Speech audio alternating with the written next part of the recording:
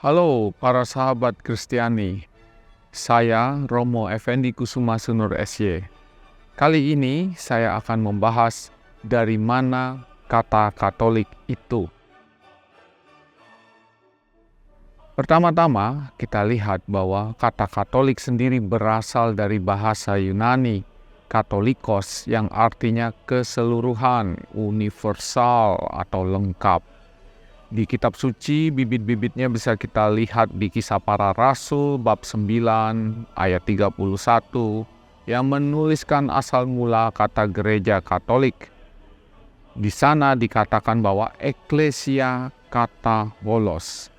Ayatnya berbunyi seperti ini. Selama beberapa waktu jemaat di seluruh Yudea, Galilea, dan Samaria berada dalam keadaan damai. Jemaat itu dibangun dan hidup dalam takut akan Tuhan. Jumlahnya makin bertambah besar oleh pertolongan dan penghiburan Roh Kudus.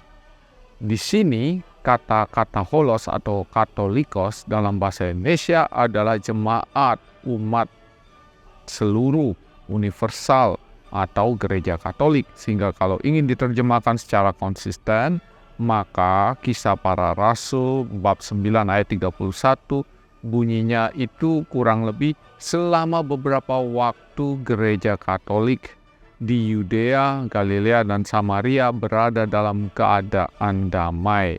Namun, nama gereja Katolik baru resmi digunakan pada awal abad kedua tahun 107 tepatnya ketika Santo Ignatius dari Antioquia menjelaskan dalam suratnya kepada jemaat di Smyrna untuk mengatakan bahwa gereja yang benar itu adalah gereja Katolik dan itu adalah gereja satu-satunya yang didirikan Yesus Kristus untuk membedakannya dari para bid'ah pada saat itu yang juga mengaku sebagai jemaat Kristen namun menolak Yesus itu adalah putra Allah yang sungguh-sungguh menjelma menjadi manusia.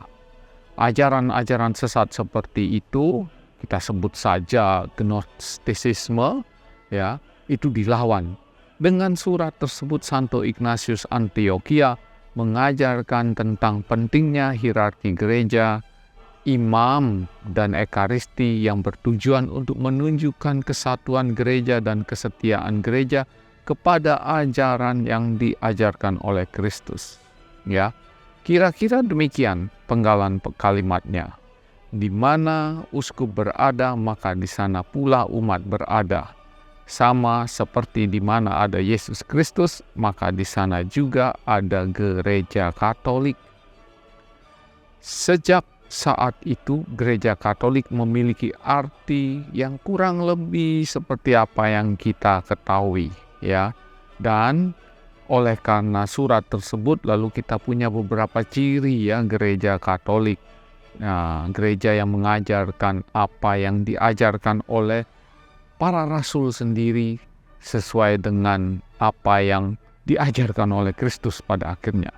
Dan ini ciri gereja Katolik. Pertama, gereja Katolik itu punya hierarki.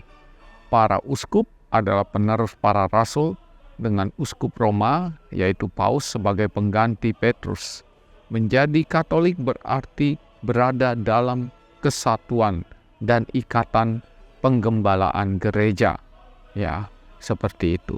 Lalu yang kedua, ciri sakramen yang berangkat dari pernyataan bahwa gereja adalah sakramen keselamatan Allah. Ya. Dan itu menjadi sesuatu yang penting di dalam hidup kita orang Katolik, ya. Salah satu penanda betapa bahwa kita ini orang Katolik adalah hidup dengan rahmat sakramen. Sudah ada rahmat baptisan, tetapi itu juga perlu ditambahkan rahmat sakramen yang datang dari Allah sendiri. Yang ketiga, gereja Katolik juga bicara tentang para kudus, ya. Kita tahu bahwa kita itu menghormati Bunda Maria sama seperti kita menghormati Santo Petrus, Santo Paulus, dan lain-lain walaupun Bunda Maria punya keistimewaan, ya. Dengan ciri pengantaraan para kudus itu, lalu kita ini bisa disebut sebagai gereja Katolik.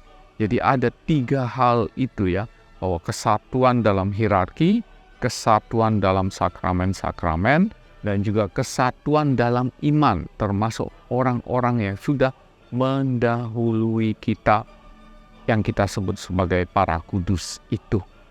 Dengan demikian, Katolik yang artinya adalah kesatuan universal, keseluruhan, itu mencakup kesatuan hierarkis, kesatuan sakramen, dan juga kesatuan para kudus atau orang beriman.